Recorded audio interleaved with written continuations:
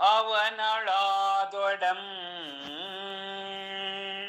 அவனளாதொடம் ಕುಮತಿ ಕಾಳ್ನುಡಿ ಕೀಳ್ನೆಡೆ ತೋರುತ್ತಿರ್ದಡೆ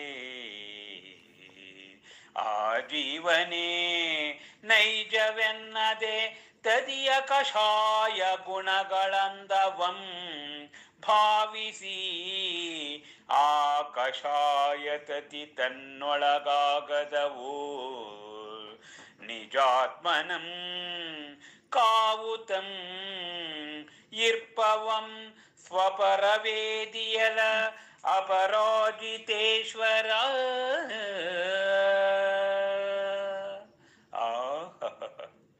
ಎಂತಹ ಅಪೂರ್ವವಾದ ಚಾರುನುಡಿ. ರತ್ನಾಕರ ವೈಭವದ ಅಪರಾಜಿತ ಶತಕದ ಸ್ಮರಪಿಶಾಚಿ ವಿಜೃಂಭಿತಂ ಎಂಬ ಅನುಸಂಧಿಯಲ್ಲಿ ಹೇಳುವ ರೀತಿ, ಯಾರಲ್ಲಾದರೂ ಕೆಟ್ಟ ಬುದ್ಧಿ, ಕೀಳ್ನುಡಿ, ಕೀಳ್ನೆಡೆ ಕಂಡಾಗ ಇವು ಅಜೀವದ ಸ್ವಸ್ವಭಾವವಲ್ಲ. ಅವನಲ್ಲಿ ಪರಕಾಯ ಪ್ರವೇಶ ಮಾಡಿರುವ ಕಷಾಯಗಳು ಈ ರೀತಿ ಹುಚ್ಚು ಕುಣಿತ ಕುಣಿಯುತ್ತವೆ ಎಂದು ಭಾವಿಸಬೇಕು. ಕಷಾಯವೆಂಬ ಕೊಳ್ಳಿದೆವ್ವಗಳು ತನ್ನಲ್ಲಿ ಬಂದು ತಂಗದಂತೆ ಆತ್ಮರಕ್ಷಣೆ ಮಾಡಿಕೊಳ್ಳುವವನು, ಆತ್ಮಹಿತವನ್ನೂ ಸಾಧಿಸುವವನು, ಅಂತೆ ಪರಹಿತವನ್ನೂ ಸಾಧಿಸುವವನು.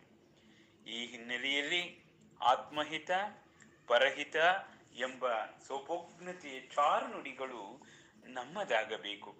ಮಾನವರಿಗೆ ಸಹಜ ಸ್ವಭಾವವಾಗಿರುವ ಏನು ಕೆಟ್ಟ ಬುದ್ಧಿ ಇದೆ, ಕೆಟ್ಟ ಮಾತುಗಳು ಮತ್ತೆ ಕೆಟ್ಟದಾಗಿ ನಡೆಕೊಳ್ತಕ್ಕಂಥದ್ದು, ಇದೆಲ್ಲ ನಮಗೆ ಪರಕಾಯ ಮಾಡಿರುವ ಕಷಾಯಗಳ ದ್ಯೋತಕ. ಆದ್ದರಿಂದ ಕಷಾಯಗಳ ತ್ಯಾಗವನ್ನ ನಾವು ಮಾಡಲೇಬೇಕು. ನಮಸ್ಕಾರ. ನಾಳೆ ಭೇಟಿಯಾಗೋಣ.